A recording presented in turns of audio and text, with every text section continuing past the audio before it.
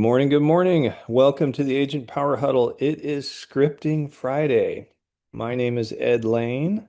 I am a broker here in Seattle, if you can see the Space Needle behind me.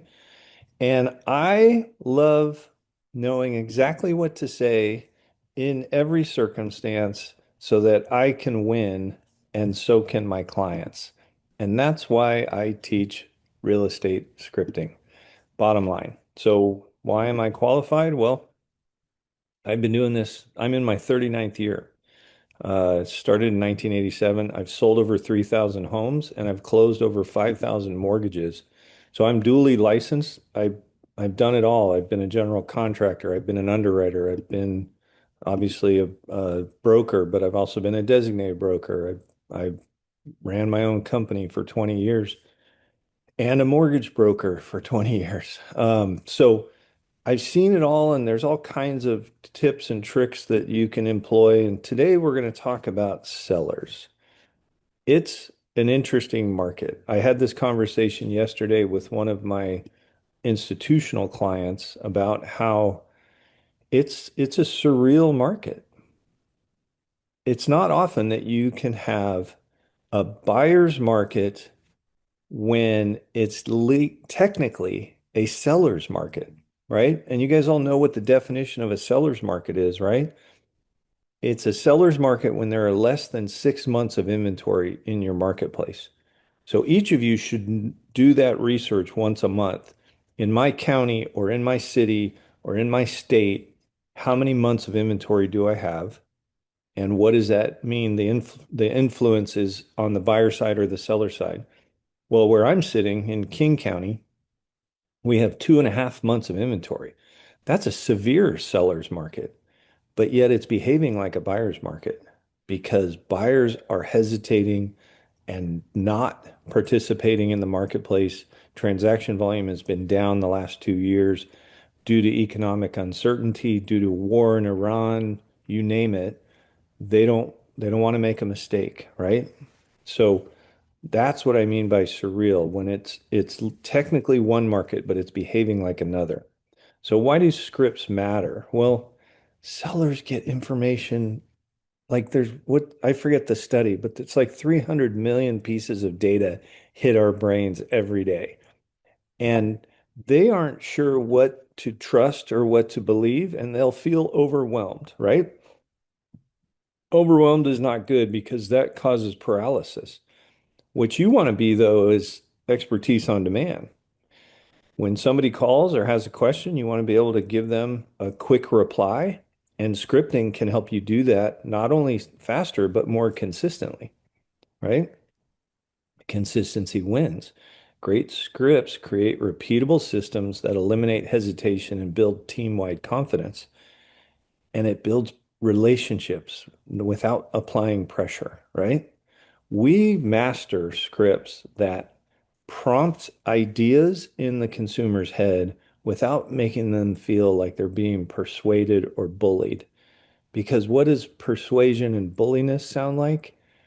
Commission breath, right? So we don't want that. We won't have that. So what are the three most important conversations that you guys need to master? The initial inquiry, the listing appointment, and then the price reduction conversation. So when you meet somebody for the first time, your number one goal, and this is true for buyers too, but it's to build rapport and then get to the bottom of their timing and motivation, right? That's the most powerful outcome for any initial meeting. And you should have a framework for that conversation so you know what questions to ask and you can get to the bottom of it.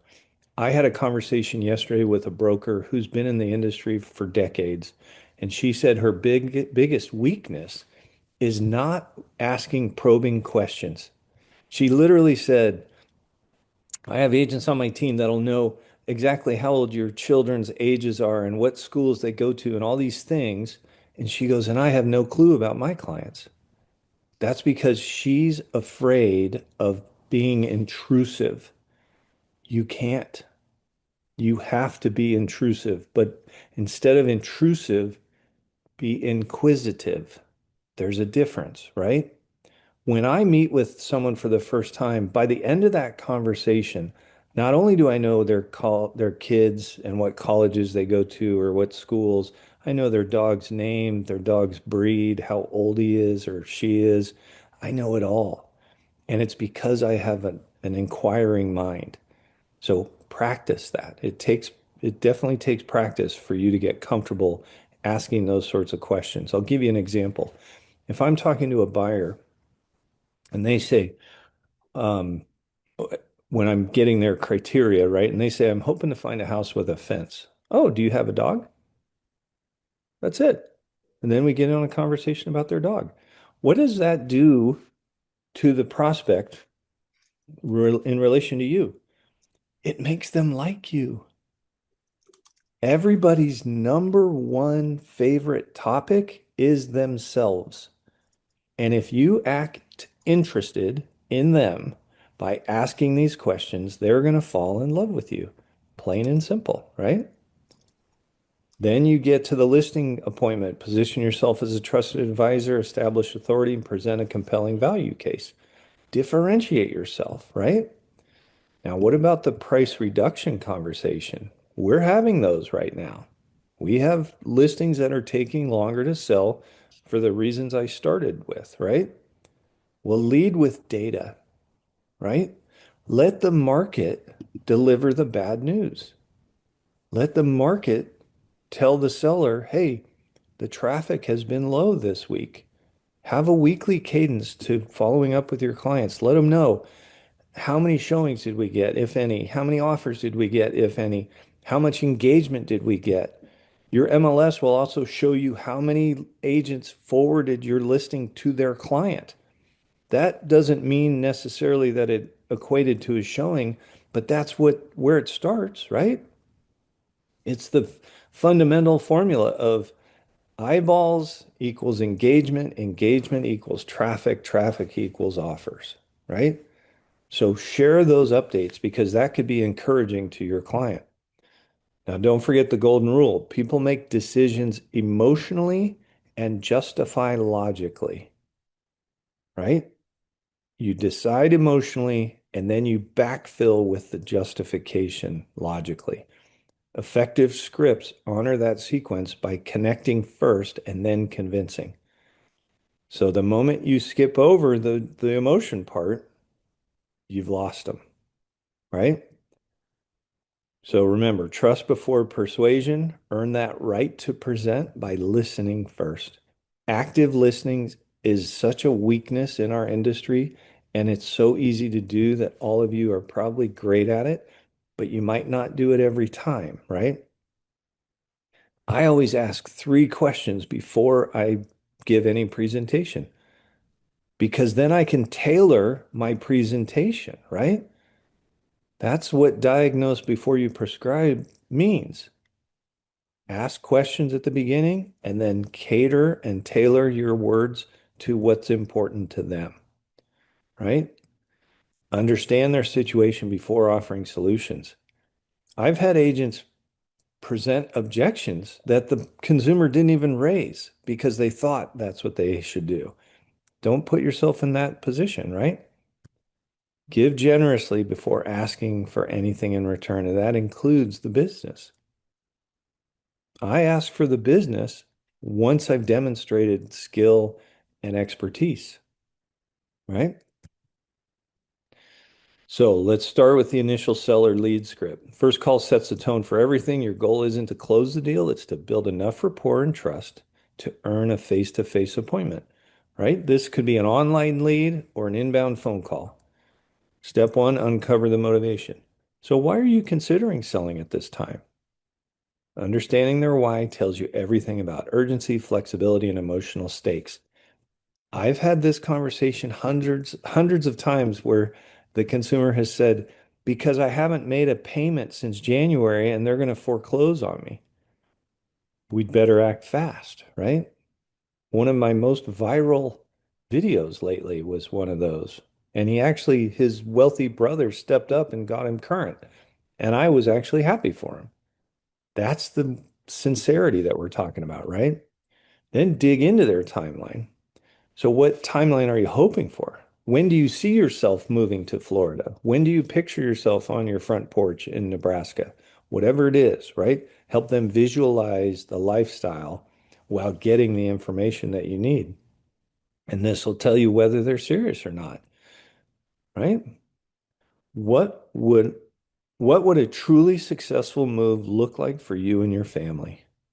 It opens the door to a values-driven conversation that sets you apart instantly. Paint a picture for me. What would make this next step a huge success for you and your family? What does that look like? Right? What I'm asking them are, what are your goals? And how can I help you fulfill them? Always end the call with a clear next step. I'd love to come by and see the home and share exactly how we'd approach selling it. Would Monday or Tuesday work better for you? And if they say, I need to know what you would sell it for before I invite you into my house, say, really? Did you see it before you bought it? Yeah. Well, I need to see it before I can tell you what it's worth. Oh, right? Easy objection handler. Listing appointment. First 5 minutes of your listing appointment determine how the rest of the conversation flows. Position yourself as a strategic advisor, not a salesperson. I get a tour of the home. I literally walk in, set down my laptop, and say, can I have a tour of the home? And they go, yeah. What does that do? That allows me to see the house, see the finished quality, the condition, everything, but also see the pictures of them in Hawaii. Oh, you went to Hawaii. I love Hawaii. I go there often. Whatever, right? I'm going to find common things that we have in common, and I'm going to build a bond over those things. Oh, your kid plays baseball. So did mine. Whatever, right? You're going to see pictures. You're going to see a bat leaning in the corner, whatever it is. Before I share anything, I'd love to learn more about your goals. My job today is to give you the information you need to make the best decision and not to pressure you into anything. I'll say, what are your top three goals for this transaction? And I write them down. And they'll go, well, I want to get to Florida before June. I want to do this. I want to, and if they don't have goals other than fast and the most amount of money, that helps me tailor my presentation, right? Pricing strategy. Walk sellers through your CMA with confidence. Show them data, not opinions, and explain how strategic pricing creates a competitive tension among buyers. We do what I call the color picture CMA tour.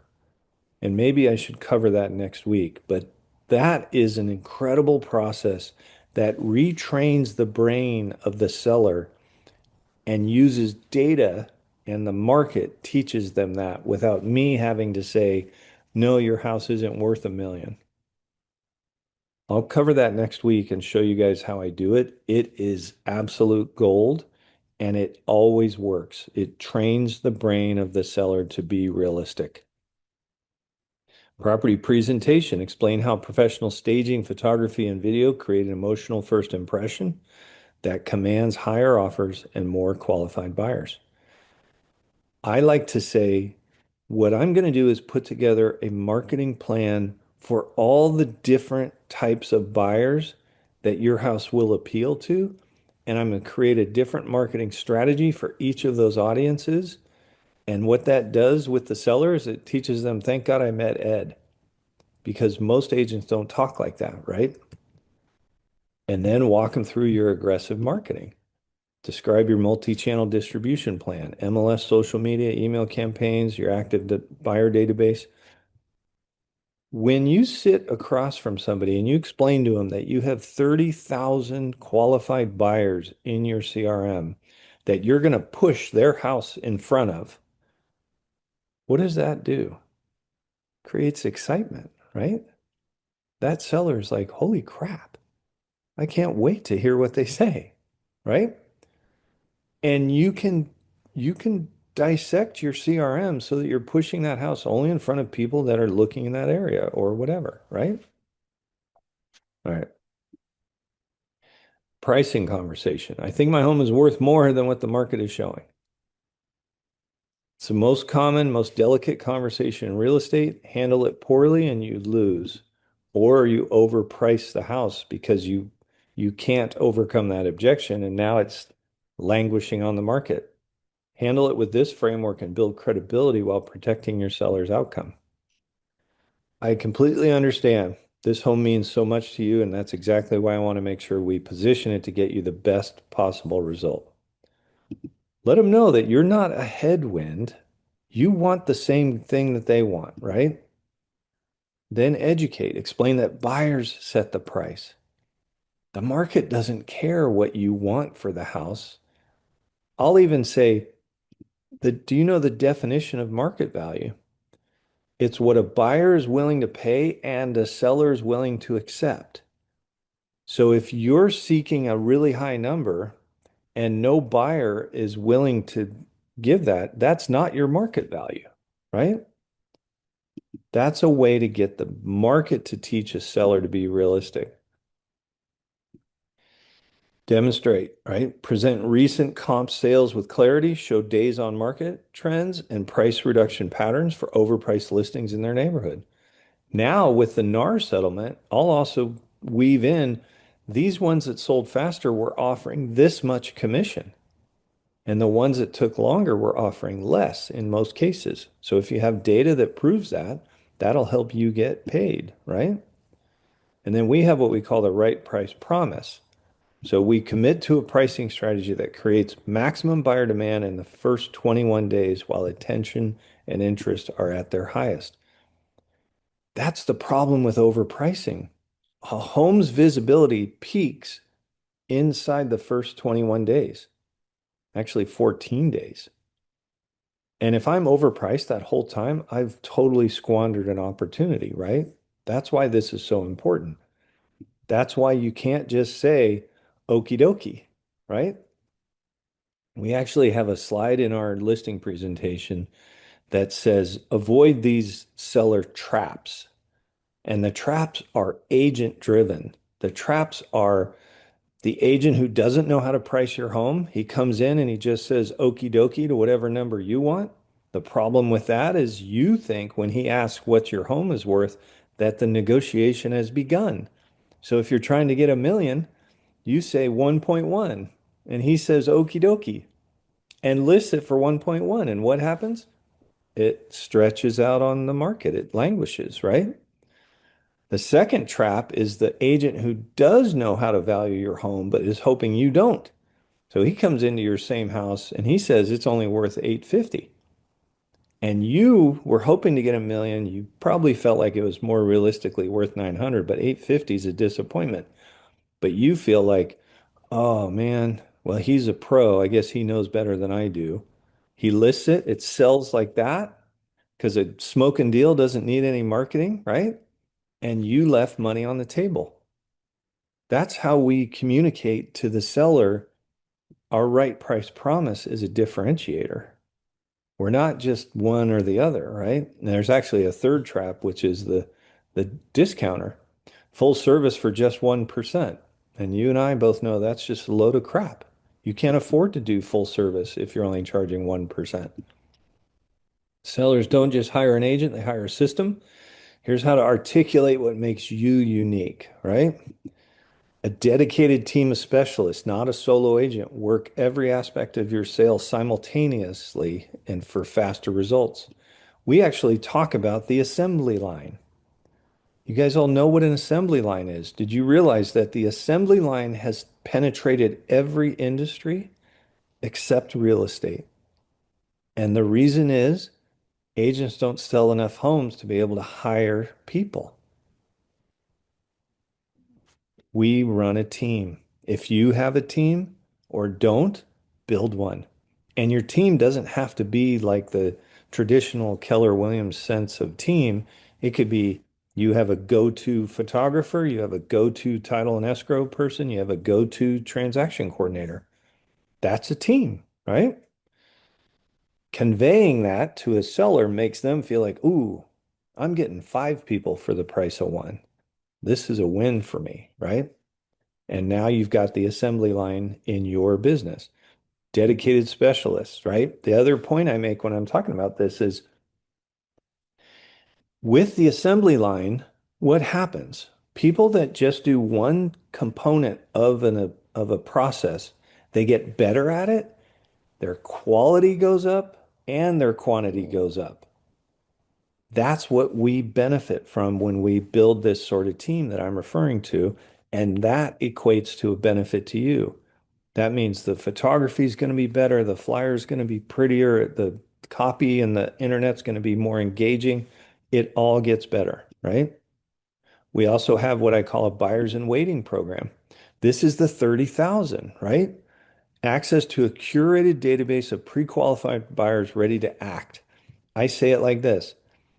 We're going to put your house in front of our database of over 30,000 qualified buyers. And by qualified, I mean they've been qualified for timing and motivation and whether they qualify for the mortgage. And we're going to put your house in front of those that are looking in this area in this price point. Does that make sense? And they go, oh, God, yeah, right? Then we have a property launch system. I'll talk about Cialdini's book. If you guys aren't familiar with Cialdini, look him up on Amazon and read his book. He talks about the five traits that instigate action in a consumer. One of them is scarcity. So we use countdown timers on our websites to encourage people to act fast, right? Now, pre-marketing in Washington State, marketing and pre-marketing a listing is not allowed. It's a $10,000 fine. So we'll do countdown timers to open houses, to offer review dates and those sorts of things. In a lot of your states, you can have coming soon, right? So use a countdown timer to do that. We also have a cancellation guarantee. We let people know once you hire me, you can fire me at any time. Let that sink in. What does that do for me? Makes it easier for them to sign the agreement, right? And here's the funniest part. A listing agreement is unilaterally cancelable. That means either party can fire the other party at any time. But the listing agreement doesn't say that. We only know that because of the laws, right? So all I'm doing is educating a consumer that you're allowed to do this even though the MLS forms don't say that. And they go, oh, that's interesting. And how many of you have heard an agent hold a seller's feet to the fire because the listing agreement hasn't expired? That's a load of BS, right? But agents do it all the time. Not me. And you know how many times I've been fired? Never, right? Because I let them know at the beginning, so they're looking for it. Once you hire me, I'm going to be hustling every day because I don't want to give you a reason to fire me. And they go, all right, let's see, big guy, right? All right, marketing advantage script. Sellers want to know, how are you going to get my home in front of the right buyers? Here's how you answer that, right? Professional photography. I always tell people consumers have different types of favorite media, and I'm going to provide all of the different versions, right? High def photography, drone footage, video, 360-degree tours.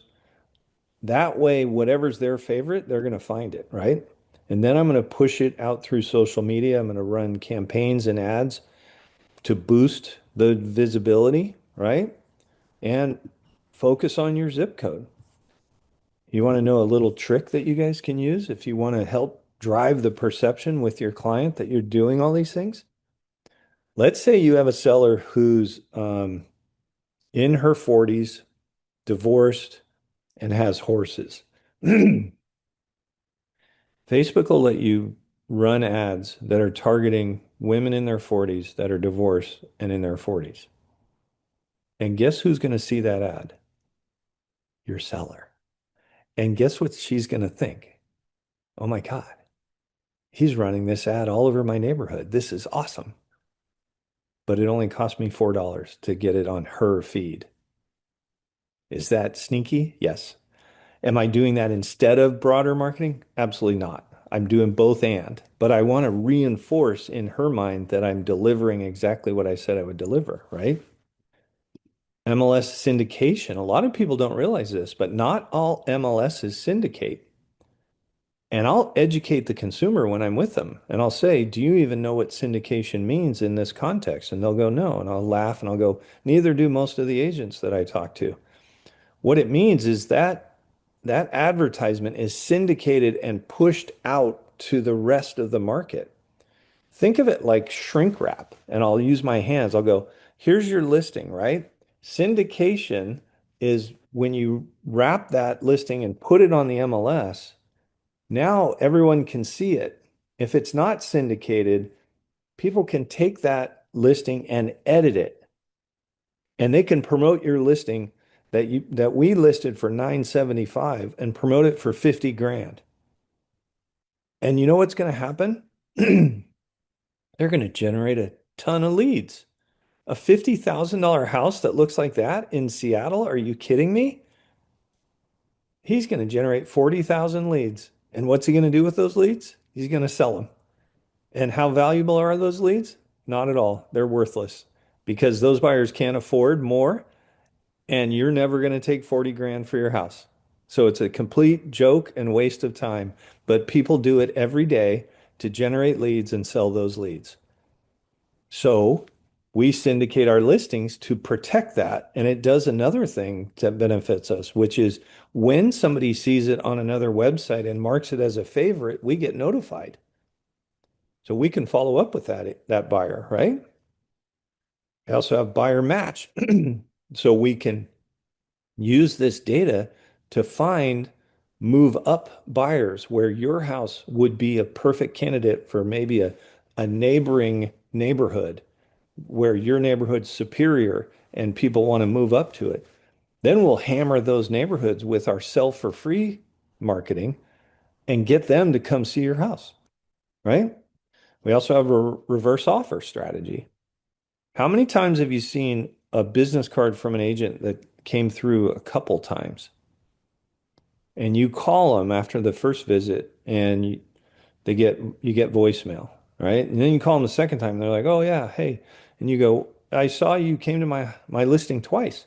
He goes, "Yeah, the first one, my client really liked it, and then they wanted to see it again." Great. Are you going to be putting an offer together? No, we just started. They're still looking. Doesn't matter to me. I'm writing an offer. And a lot of agents don't realize sellers can write offers to buyers. It doesn't matter who initiates the contract. It's just whether two parties can agree to terms. So I'll write a reverse offer to that buyer, and I always put a sweetener in it. And you want to hear a really funny story on one of these that worked out? I've written probably over 40 reverse offers in my career. I had one where usually the buyer's agent will say, "Well, they didn't really like the blinds." So that'll be the sweetener, right? We'll write a reverse offer. We'll put a credit in there for new blinds. And in this case, the one I'm going to share with you, there wasn't any criticism at all. They love the house. So my client goes, "Well, you mentioned the sweetener when we first met. What if we offer an extra commission? Can we do that?" I'm like, "Absolutely. That's really smart." So we put a $2,500 bonus in the offer. And then I called the agent. And I go, "Hi, this is Ed Laine. I'm calling about your client. We have an offer for you." She's like, "What are you talking about? I don't have any listings." I go, "No, no, you showed my house on 1234 Happy Street, and my seller has an offer for your buyer." You know what she said? "Can you do that?" And I go, "Yeah, of course you can. In fact, I've already done it. So uh, I'd like you to present it to your buyer." "I'm not going to do that. I don't think this is legal." And I go, "What are you talking about?" It's in your inbox. I've CC'd your firm. If you don't present it, I'm going to call your broker of record and get him to present it. Okay, fine.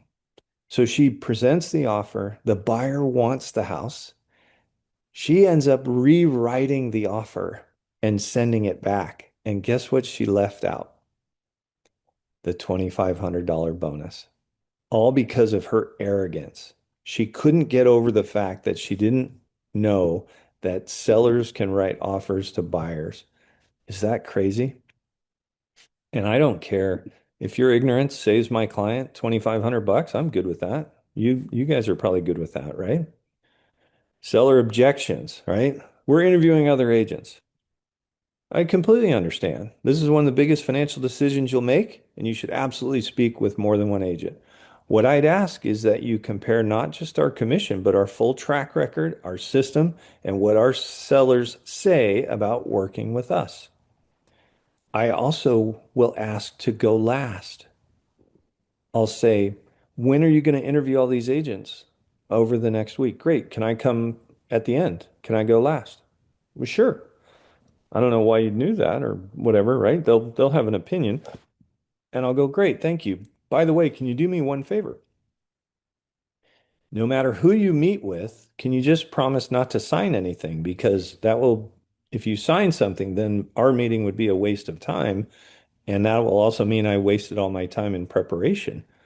So just once I've met with you, you can sign with anybody, but please don't sign before we meet. And once they say yes to that, it doesn't guarantee that they're going to, but it gives me a much better chance that they won't have signed with anybody. Does that make sense? Your commission is higher than the others.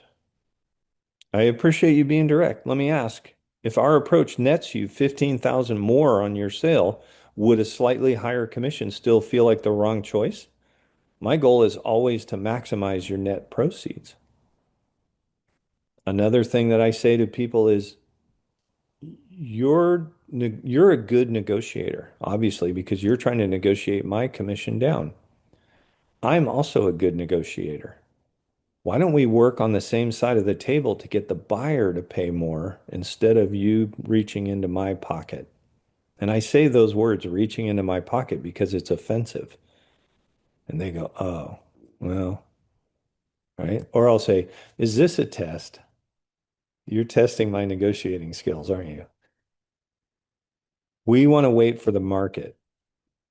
That's a totally valid consideration. Let me share what the data shows about what happens to seller net proceeds when listings sit on the market versus pricing strategically from day one. The numbers may surprise you. Always use data. That way, it's not you being negative, it's the market teaching them, right? Feel, felt, found, forward. I understand how you feel. Many of our sellers have felt exactly the same way. What they found was, so here's how we can move forward. Such a common framework and so effective, right? So don't forget the feel, felt, found dialogue in your conversations. How do we get a price reduction? So when the listing isn't generating the right activity, the price reduction conversation must be handled with empathy, data, and decisiveness. The goal is to realign the expectations while preserving the relationship. And I'll two-step it. So I'll call you, Debbie, I'm going to pretend you're my client because you have your camera on. I'll go, hey, Debbie, our traffic has been X, no offers yet, and we're nearing being 30 days on the market. So my advice to you is going to be if it doesn't sell this weekend, we're going to want to consider a price reduction next weekend or next week. Does that make sense? Right? And what that does is that gives the seller hope because they're going to be praying that it sells this weekend, right? And then come Monday when we talk, they're going to be like, did we get any offers? No. All right. How much do you think we need to reduce it? They're always going to ask for your opinion, right? But use data and be empathetic. Lead with market data, focus on their goals, create urgency, offer solutions. The market has been giving us feedback over the past 28 days, let's say.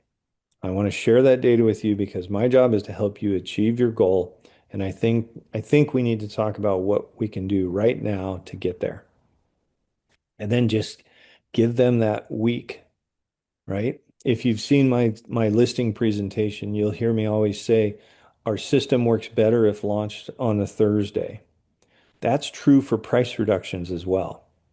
So if I talk to you on Friday, like I do my seller conversations every Friday, we're going to do the price reduction the following Thursday if it doesn't sell this weekend. And do you see how that gives the seller some hope while at the same time inoculates him to shoot, we may have to do a price reduction? There's also an axiom that we use in the industry, which is 30 days on the market or 20 showings without an offer means you're overpriced. That's the market giving us feedback. This market, I'm actually preaching more patience than simply defaulting to that. But in whatever conversation you're in, if that axiom serves you, use it, right? Not every seller needs top dollar.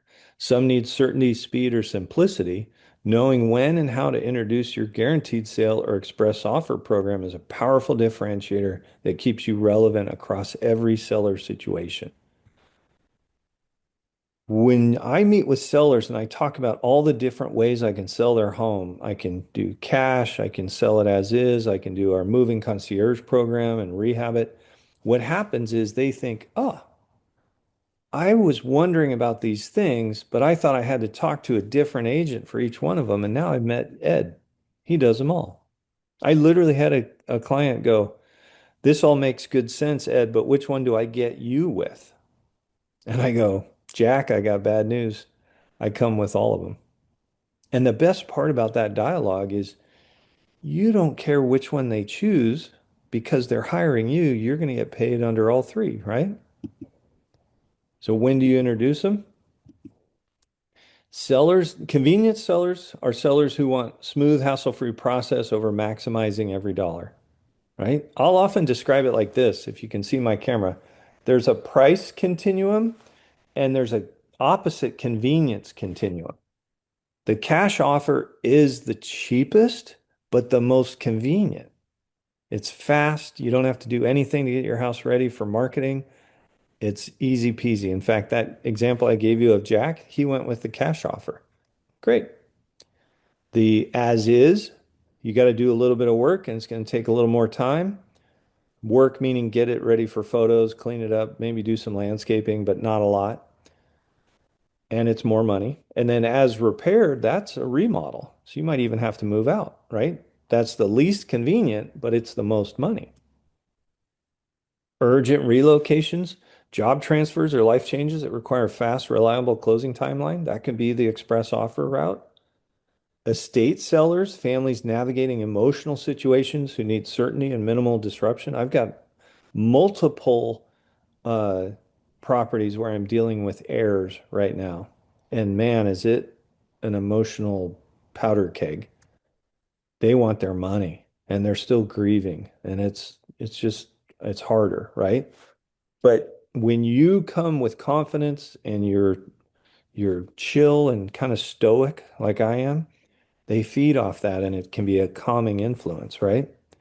Downsizers, sellers moving to smaller homes need proceeds quickly to fund their next purchase. Here's a good way to position it, right? One thing that sets us apart is that we give you options. You can list traditionally and maximize your price. You can access our express offer program or for a guaranteed sale with a date certain closing.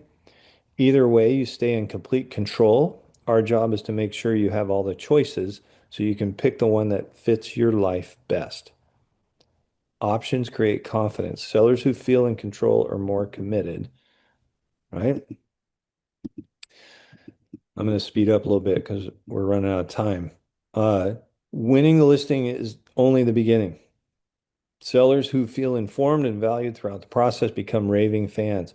It's critical that you give them market activity updates and showing feedback, right? And when buyers show up that are interested, you need to pursue those. No stone unturned is a comment I use all the time in these sorts of conversations, right? And then always end with a clear recommendation, whether it's staying the course, adjusting the price, or enhancing the presentation. Weekly call opener. I wanted to touch base with you with your weekly update. I have some good information to share, and I want to make sure you always have the full picture so we can make the best decisions together. They'll go, okay, great. What do you know? Well, we had this many showings, this much feedback. Here's what buyers are saying, whatever it can be. What about integrating AI? AI tools can dramatically increase the volume and personalization of your outreach, but only when layered with authentic human judgment. The agents who win the next decade will be those who use AI to scale their communication without losing the personal touch that builds trust. Use AI to craft personalized follow-up emails, property update messages, and market reports tailored to each seller's specific situation, goals, and timeline.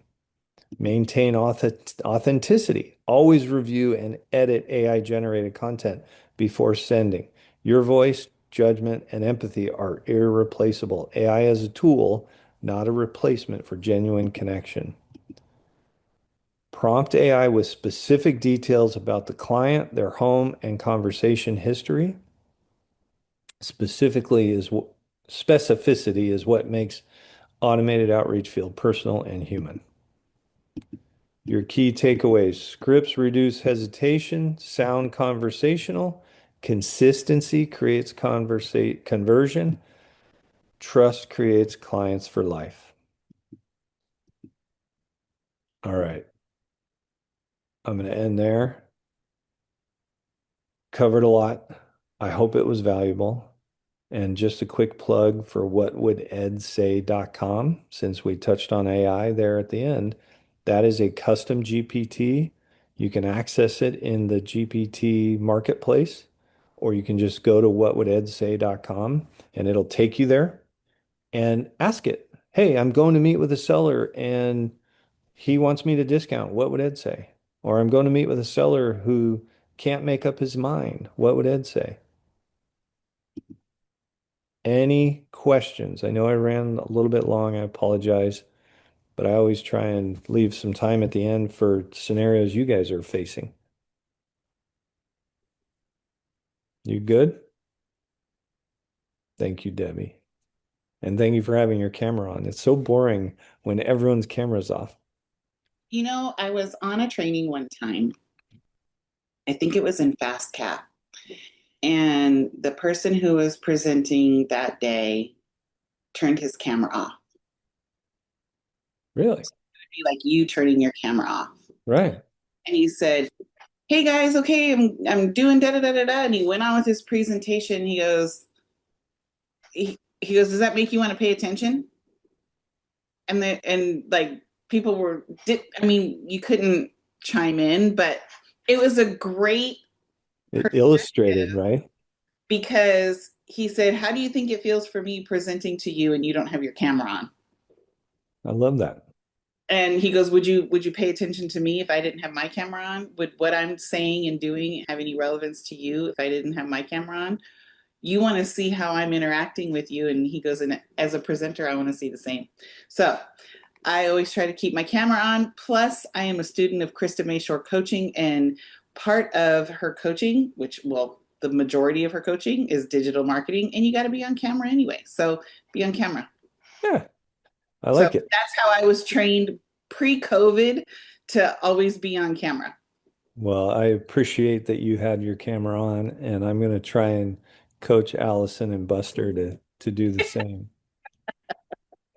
All right, everybody. Hey, have a great Friday and a nice I weekend. I did hope not this sleep was very well last night. That's why I'm off camera. no worries. You usually are on camera. I'm just giving you a Usually, hard time.